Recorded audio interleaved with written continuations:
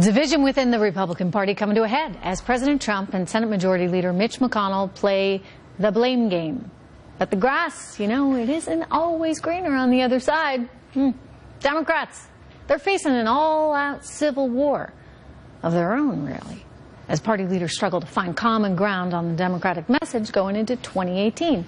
The problem, some say, is a spreading progressive intolerance.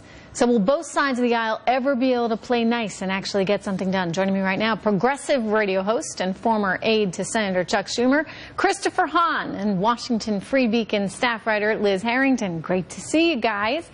Chris, I think we saw it play out with Hillary Clinton and Bernie Sanders. I mean, there's an arm of your party right now that Bernie Sanders really appealed to. So what's happening to that? Well, Will Rogers once said he didn't belong to an organized party. He was a Democrat. And sometimes that happens with the party. But I do think once a real leader emerges, someone who's going to challenge the president in 2020, you'll see some unification behind that. As for the congressional races, which you alluded to, I still believe all politics is local when it comes to Congress. And I think what the message that's going to be delivered by individual candidates across the country are, what are the policies of the president and Congress doing for them? You alluded to it in the last segment. The Republicans promised better health care than Obamacare. They have failed to deliver on that. If they fail to deliver on tax reform or real infrastructure reform that affects individual districts, that's what's going to drive the congressional races in 2018. I wonder, Liz, I think about the Republican Party now and what it is and what Donald Trump is and what he represents, and he doesn't fit any sort of classic box. Does this suggest that, and don't forget, guys, all the Democrats that voted for him. You think about the Rust Belt, for example, and there's an opportunity there.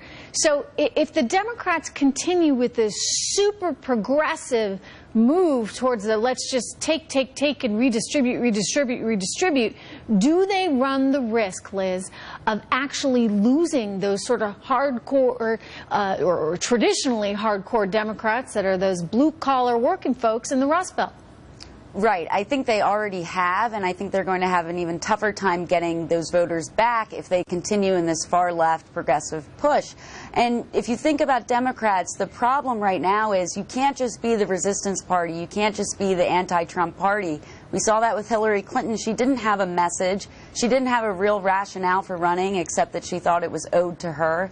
And you saw that Trump had a message, and he was able to win all these Rust Belt blue-collar workers. Wow. So Democrats can't just be the anti-Donald Trump party. That doesn't work. They have to be for something. But the problem for them also is that the most vocal critics or members of the Democratic Party are these far left that are going to alienate single-payer, pro-choice, that are going to alienate these voters even more that they've already lost. Go ahead, Chris. I am old enough to remember the election of 2010, and that was a pretty much anti-Obama election for Republicans. Now, I'm not saying that's the only thing that the Democrats have to do in 2018, but I think being anti-Trump, especially with his numbers slipping now into the low 30s, which means he already lost. If you believe it was anti-government health care. I've learned to discount all polls ever since his election cycle. I think that the polls, even in the former election, were right, and they were within the margin of error, especially the national polls. And I think that we're looking right now at a president whose approval rating is dismal, and the president knows that. And I think that if the Democrats in 2018 have a bit of a plan and run against the president, I'll tell you I think they're going to do as well as Republicans did in 2010, because that was their message. They ran against the president you got and a ran against his Dow policies. near 22,000.